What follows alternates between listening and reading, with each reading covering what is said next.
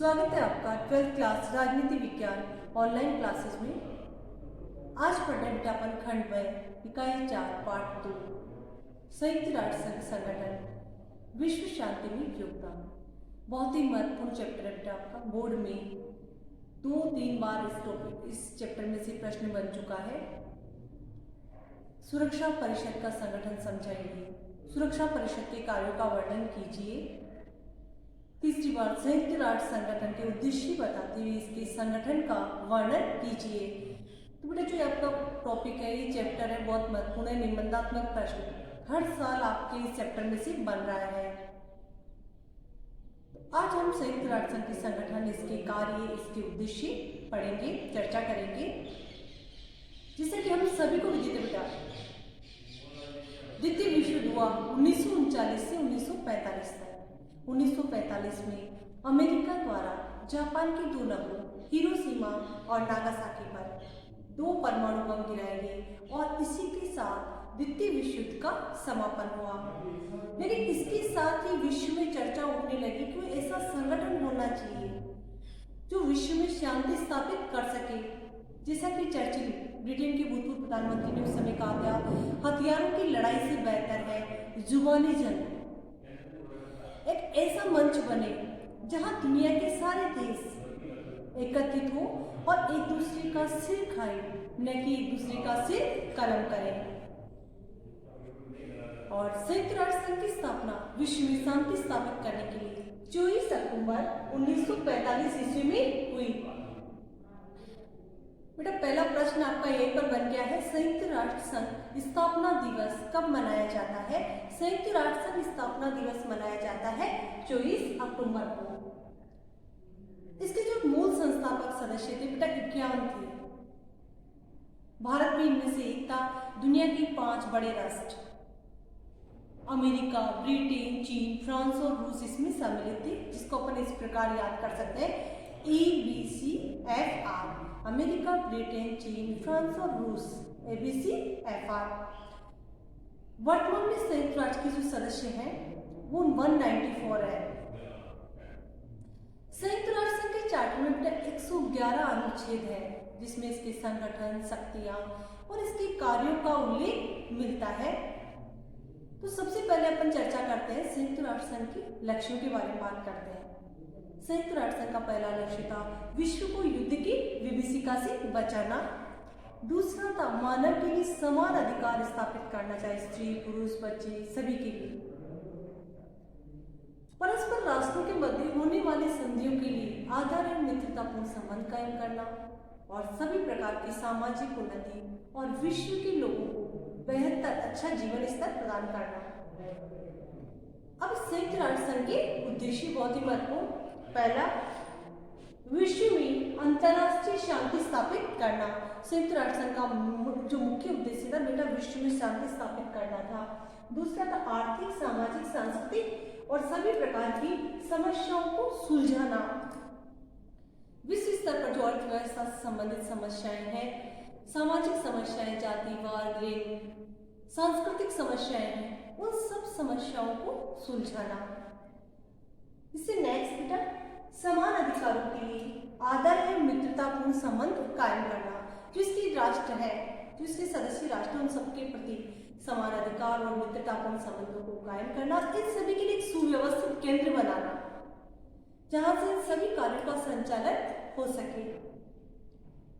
अब इसके बाद में बेटा अपन चर्चा करते हैं संयुक्त राष्ट्र संघ के सिद्धांतों की।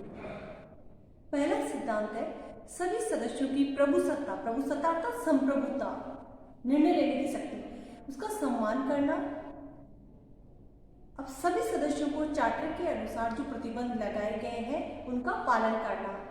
तीसरा है जो इसके राज्य सदस्य नहीं हैं वे भी इसके सिद्धांतों के अनुसार कार्य करेंगे और सभी राष्ट्रीय झगड़ों का निपटारा शांतिपूर्वक करेंगे। राज्यों की भू अखंडता के विरुद्ध धमकी या बल प्रयोग से परहेज पर बल देना, आपसी बातचीत के द्वारा समस्याओं को सुलझाना। संप्रभु राष्ट्र की सदस्यता, इसके सदस्य 2 प्रकार के होंगे। पहला, जो मूलतः इसके 51 सदस्य थे और दूसरा जो सदस्य इसके बाद में सम्मिलित हुए सुरक्षा परिषद की सिफारिश पर महासभा सदस्यता प्रदान करती है। अब बेटा अपन देखते हैं संयुक्त राष्ट्र संघ का संगठन। संयुक्त राष्ट्र संघ की 6 अंग है। महासभा, सुरक्षा परिषद, अंतर्राष्ट्रीय न्यायालय, सामाजिक और आर्थिक परिषद। क्या कर रहे संयुक्त राष्ट्र संघ का संगठन, पहले क्वेश्चन पूछा जा चुका है। संयुक्त राष्ट्र संघ का संगठन समझाइए। तो सबसे पहला अंग है महासभा, जिसे पूरे विश्व की नगर बैठक कहा जाता है, विश्व की संसद कहा जाता है। महासभा में संयुक्त राष्ट्र संघ के सभी छोटे बड़े सदस्य के विचारों को सुना जाता है और संयुक्त राष्ट्र संघ के सभी सदस्य महासभा के सदस्य होते हैं।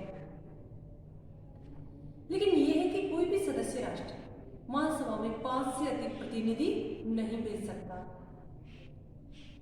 लेकिन जब मतदान होता है, वोटिंग होती है, तो एक ही सदस्य मतदान करेगा और इसी ही संयुक्त राष्ट्र संघ की महासभा कहा जाता है।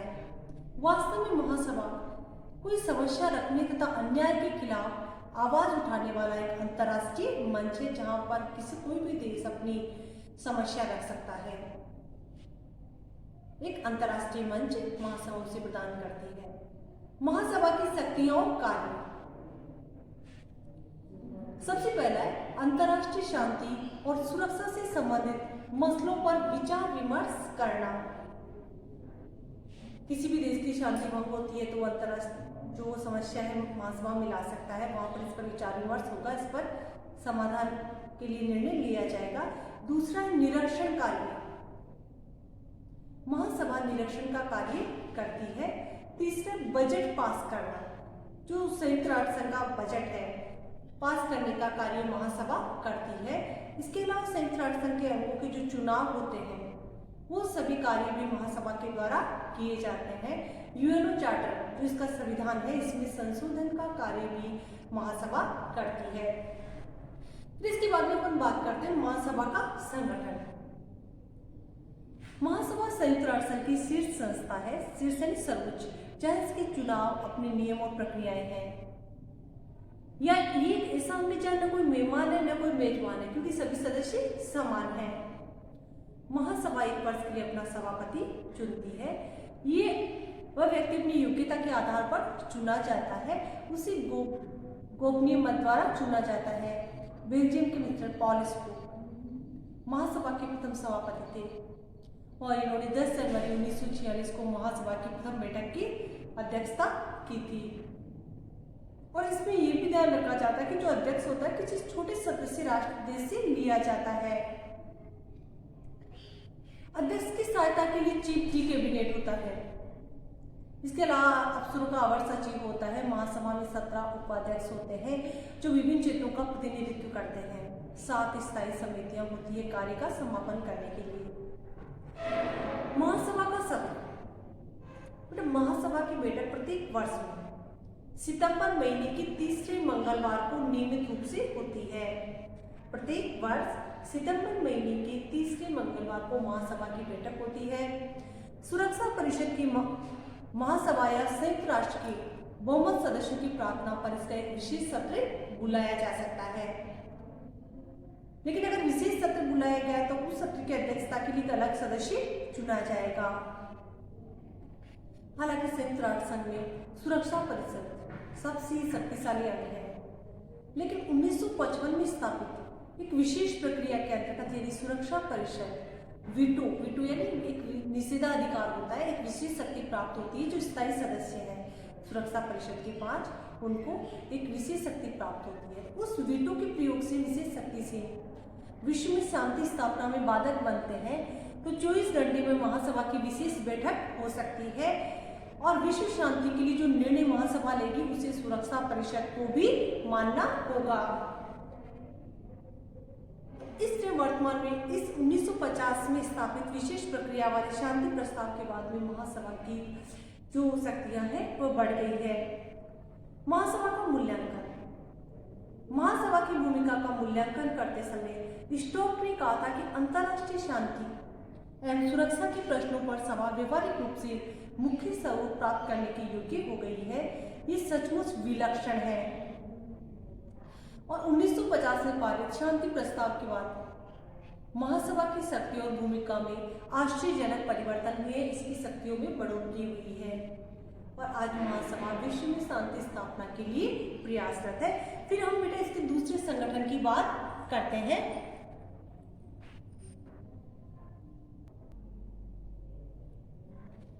जो दूसरा अंग वो है सुरक्षा परिषद। बहुत ही महत्वपूर्ण टॉपिक है, बोर्ड में 2 बार इस पे क्वेश्चन बन चुका है बेटा और इस साल भी बन सकता है। सुरक्षा परिषद का आलोचनात्मक मूल्यांकन कीजिए। सुरक्षा परिषद की शक्ति और कार्यों का वर्णन कीजिए। जो संयुक्त राष्ट्र संगठन, इसका सबसे महत्वपूर्ण अंग है सुरक्षा परिषद। सुरक्षा परिषद संयुक्त राष्ट्र की कार्यकारिणी समिति है, जिसके द्वारा, जैसे कि हम जानते हैं कि हमारे सरकार में एक औपचारिक अंग होता है, एक वास्तविक अंग होता है। जो राष्ट्रपति जो औपचारिक होते हैं, वास्तविक शक्तियों का संचालन किसके द्वारा किया जाता है? प्रधानमंत्री जी के द्वारा। तो इसी प्रकार सुरक्षा परिषद संयुक्त राष्ट्र संघ की कार्यकारिणी समिति है, जिसके कंधे पर अंतर्राष्ट्रीय शांति एवं सुरक्षा बनाए रखने का भार है, जिम्मेदारी है। सुरक्षा परिषद पर ही संयुक्त राष्ट्र संघ की सफलता और असफलता का अंतिम उत्तरदायित्व है, क्योंकि महासभा के निर्णयों को संयुक्त राष्ट्र चार्टर को लागू करने वाला कार्यकारी अंग है। यदि महासभा निर्देशीय अंग है तो सुरक्षा परिषद राष्ट्र संघ का निर्णय क्रियान्वयन विभाग है। जी.जे. मेगोन ने ठीक ही कहा है, अंतर्राष्ट्रीय युद्ध को रोकने के लिए न तो सारे विश्व में और न ही इतिहास में कहीं भी इस तरह का शक्तिशाली अंग मिलता है जो कि इसकी योग्यता को साबित करता है। इसके संगठन को बेटा अपन पढ़ते हैं। सुरक्षा परिषद में संयुक्त राष्ट्र संघ के जो 15 सदस्य होते हैं, सुरक्षा परिषद है 15 सदस्य होते हैं, जैसे कि महासभा के 194 है विश्व के सभी देश। तो जो सुरक्षा परिषद 15 सदस्य होते हैं, अब 15 सदस्यों में से बेटा ध्यान रखना है आपको, 10 सदस्य अस्थायी होते हैं और 5 सदस्य स्थायी। 10 सदस्य अस्थायी और जो 5 सदस्य वो क्या है? स्थायी। अब जो ये 5 सदस्य ये हमेशा बने रहते हैं और जो 10 सदस्य हैं वो विभिन्न महाद्वीपों से देशों के योगदान के आधार पर चुने जाते हैं। अब 5 स्थायी सदस्य कौन से हैं? मैंने अभी आपको कुछ समय पहले एक टॉपिक बोला था, ABCFR। ABC A America, BC Britain, CC चीन, F से फ्रांस और R से रूस। तो जो 5 सदस्य देश हैं इनको निषेधाधिकार वीटो पावर प्राप्त है। ये 5 सदस्य हमेशा बने रहते हैं। 10 सदस्यों का चुनाव हर 2 वर्ष के लिए सुरक्षा परिषद के द्वारा चुना जाता है। जिस देश का योगदान अधिक होता है उसे मौका मिलता है। जैसे कि अपने भारत सुरक्षा परिषद का जो सदस्य 8वीं बार चुना गया है। भारत सुरक्षा परिषद का अभी वर्तमान में 8वीं बार सदस्य चुना गया है अपने योगदान के आधार पर। इससे निश्चित हो जाता है कि सुरक्षा समिति में सभी क्षेत्रों को विश्वव्यापी प्रतिनिधित्व मिल गया है। सुरक्षा परिषद में सदस्यता प्रदान करते समय महासभा अंतर्राष्ट्रीय शांति और सुरक्षा में उस क्षेत्र के योगदान को ध्यान में रखती है। भारत के द्वारा सुरक्षा परिषद में स्थायी सदस्यता की मांग की जा रही है। शक्तियों का संयुक्त राष्ट्र संघ की सुरक्षा परिषद विश्व शांति एवं सुरक्षा की सर्वोच्च संरक्षक है। विश्व में शांति स्थापित करना इस संस्था का मुख्य कार्य है। ये संयुक्त राष्ट्र संघ के सिद्धांतों और उद्देश्यों से बंधी है, इसलिए अपनी इच्छा अनुसार कार्य नहीं कर सकते। इसके बाद सदस्य वर्तमान चार्टर के अनुसार सुरक्षा समिति के निर्णयों को स्वीकार करने और लागू करने की स्वीकृति देते हैं। तो जो इसके कार्य पहला है अंतर्राष्ट्रीय शांति और सुरक्षा से संबंधित निर्णय लेने की शक्तियां विश्व में शांति स्थापित करने के लिए सुरक्षा परिषद बेटा निर्णय लेती है। दूसरा, अपने निर्णयों के निष्ठ क्रियान्वयन की शक्तियां अपने निर्णय को लागू करवा सकती है। तीसरा, नए सदस्य महासचिव अंतर्राष्ट्रीय न्यायालय कि न्यायाधीशों के चुनाव की शक्तियां भी सुरक्षा परिषद को प्रदान की गई है। चौथा, विवादों का शांतिपूर्ण निपटारा करना। विश्व में जो विवाद होते हैं दो देशों के मध्य, उन विवादों का शांतिपूर्ण निपटारा करने की जिम्मेदारी सुरक्षा परिषद पर है।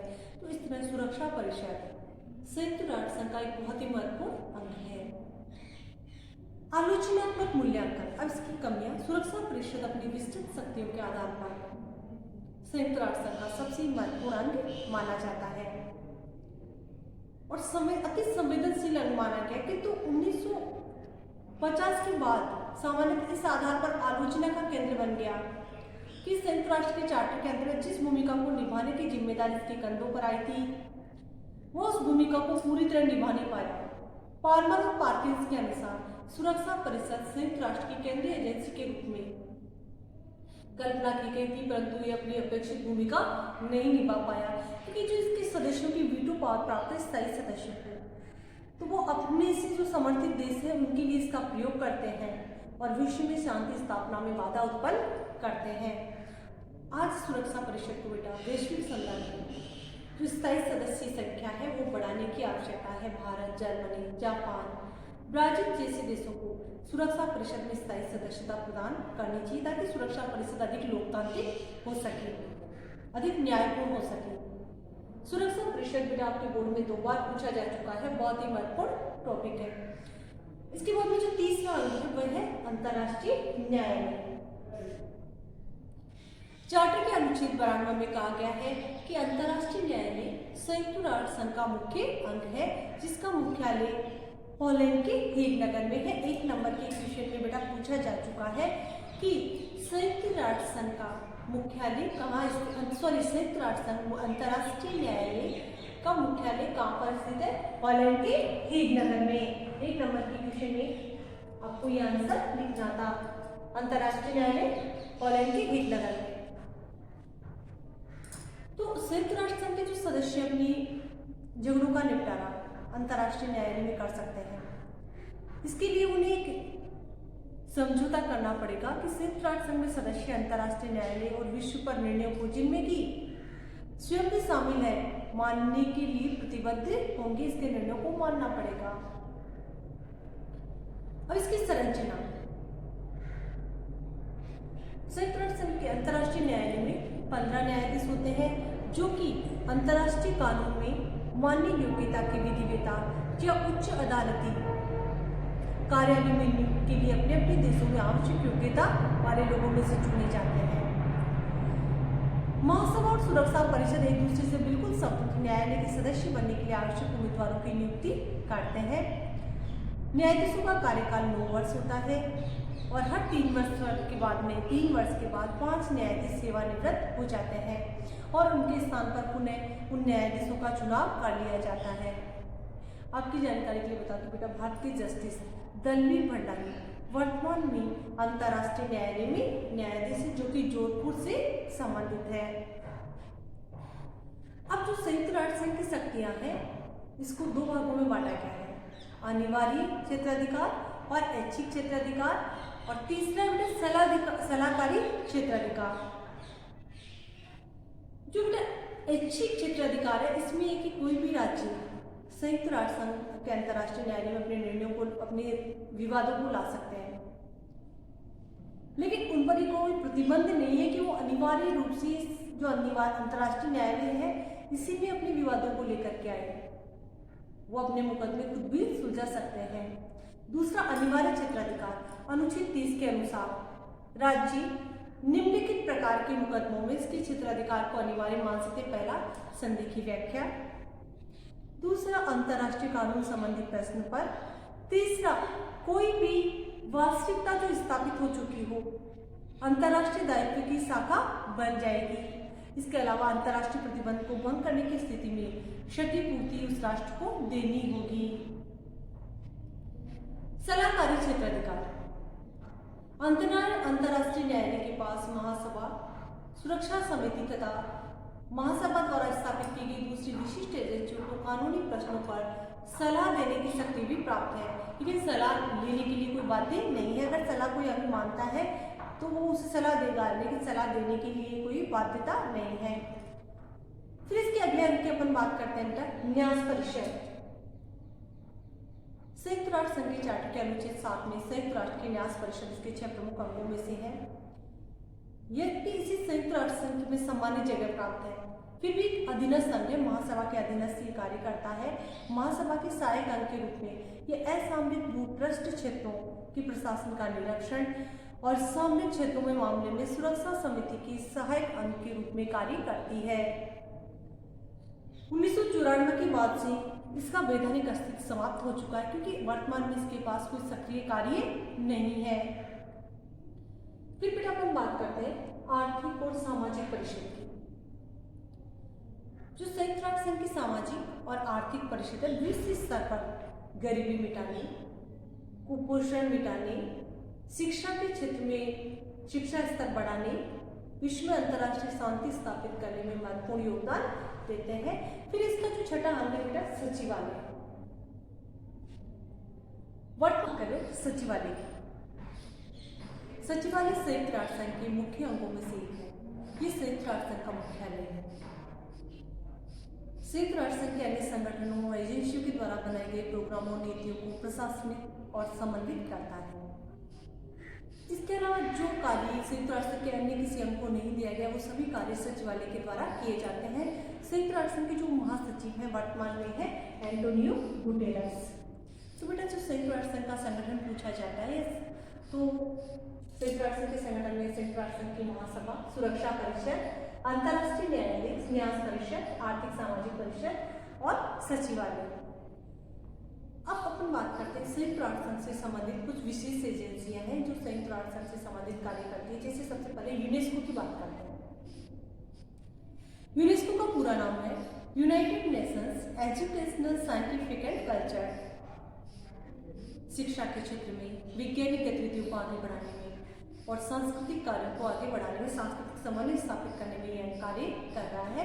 WHO वर्ल्ड हेल्थ ऑर्गेनाइजेशन विश्व स्वास्थ्य संबंधित समस्याओं के निवारण के लिए कार्य कर रहा है। इसके अलावा भी संयुक्त राष्ट्र संघ के बहुत सारे अंग हैं जो संयुक्त राष्ट्र संघ से संबंधित विशेष कार्य कर रहे हैं। अब हम बात करते हैं बेटा संयुक्त राष्ट्र संघ की प्रासंगिकता की। प्रासंगिकता अर्थात इसका महत्व। ये सच है कि शीत युद्ध का समय अपन करते हैं द्वितीय विश्व युद्ध के पश्चात अमेरिका और जो सोवियत संघ रूस में जो प्रतिद्वंदिता का समय रहा, उस समय को अगर छोड़ दिया जाए 1945 से लेकर के 1990 तक के समय को, इस दौरान संयुक्त राष्ट्र संघ कई विवादों को हल नहीं कर पाया, क्योंकि दोनों देश वीटो शक्ति का प्रयोग कर रहे थे, शांति में व्यवधान डाल रहे थे। कई मसले जैसे कि ईरान इराक युद्ध 10 वर्ष तक चलता रहा। अफगानिस्तान में सोवियत हस्तक्षेप की लगभग 10 वर्ष तक चला, जिसमें 2 करोड़ लोग मारे गए। संयुक्त राष्ट्र की सुरक्षा परिषद में 279 बार स्थायी सदस्य, 279 बार स्थायी सदस्यों ने वीटो शक्ति का प्रयोग कर संयुक्त राष्ट्र संघ को कार्य करने से रोका, शांति स्थापित करने से रोका। आज भी अगर अपन बात करते हैं संयुक्त राष्ट्र संघ की, शीत युद्ध की समाप्ति पर सोवियत संघ का विघटन हो गया। यूरोप के अन्य देशों में अस्थिरता, खाड़ी युद्ध, तो ऐसे में अमेरिका विश्व में एकमात्र महाशक्ति बना रहा। आज जो संयुक्त राष्ट्र संघ के लिए आवश्यकता वो ये है कि जो संयुक्त राष्ट्र संघ सुरक्षा परिषद, इसकी स्थायी सदस्यों की संख्या को बढ़ाया जाए, 5 की जगह 15 स्थायी सदस्य बनाए जाए। भारत, जर्मनी, जापान, ब्राजील जैसे विकासशील देश जो विश्व में अपनी महत्वपूर्ण भूमिका निभाते हैं विश्व शांति में, तो इन देशों को भागीदारी दी जाए ताकि जो सुरक्षा परिषद अधिक प्रासंगिक बन सके, संयुक्त राष्ट्र संघ अधिक प्रासंगिक बन सके। आज वर्तमान में अंतर्राष्ट्रीय व्यवस्था की एक महत्वपूर्ण आवश्यकता है। बेटा बहुत ही महत्वपूर्ण चैप्टर रहा आपको अच्छे से पढ़ना है। निबंधात्मक क्वेश्चन इस टॉपिक में से बोर्ड में बनता है। अगर आपको कोई प्रॉब्लम आती है तो आप कमेंट्स में लिख सकते हैं।